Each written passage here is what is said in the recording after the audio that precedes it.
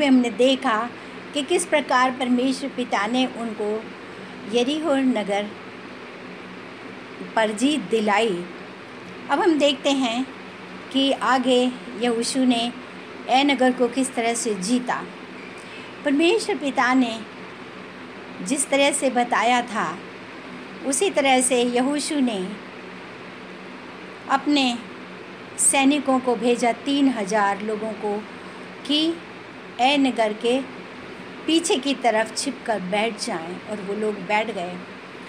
और दूसरे दिन क्या हुआ कि यहोशू और उसके साथ बाकी सैनिक फिर से नगर के सामने के से उन्होंने धावा बोलना शुरू किया। ए नगर के लोगों ने देखा कि ये लोग फिर से आ रहे हैं, और वो लोगों ने यही सोचा कि हम पिछली बार के समान इनको मार डालेंगे, और उन्होंने फिर से उनका पीछा करना शुरू किया। और जब वो लोग पीछा कर रहे थे तो ये लोग यहोशू और उसके सैनिक बहुत आगे निकल गए और उनको अपने पीछे पीछे जंगल की तरफ ले गए।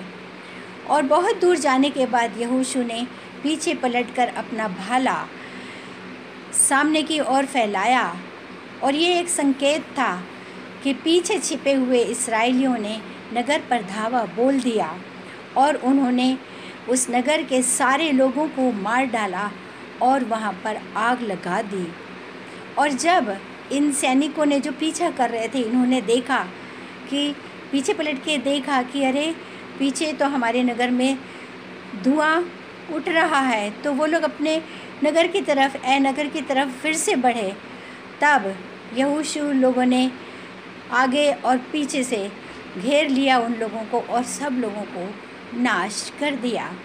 इस तरह से परमेश्वर पिता ने ए नगर पर यहोशू को और इस्राएलियों को विजय दिलाई।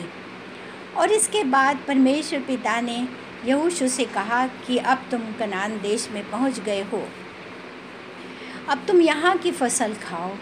और उस दिन से परमेश्वर पिता ने स्वर्ग से मन्ना गिराना बंद कर दिया, और परमेश्वर की आज्ञा के अनुसार यहोशू ने कनान देश में सारे इस्राएली लोगों को गोत्र के अनुसार विभाजित कर दिया और उनको उनका स्थान दे दिया, और वो लोग वहाँ पर रहने लगे। और इस तरह से परमेश्वर पिता ने जो इब्राहिम से प्रतिज्ञा किया था कि मैं तेरे वंश को एक देश दूंगा, और ये वही देश था। परमेश्वर ने उनको बहुत ही सावधानी से और अच्छी तरीके से उस देश में अपने प्रतिज्ञा के अनुसार उस देश में पहुंचा दिया, जहां पर दूध और मधु की धारा बहती थी। और जब वो लोग वहां पर रहने लगे, तब परमेश्वर पिता ने आकाश से मन्ना बरसाना बंद कर दिया, और वो लोग वहीं पर रहने लगे।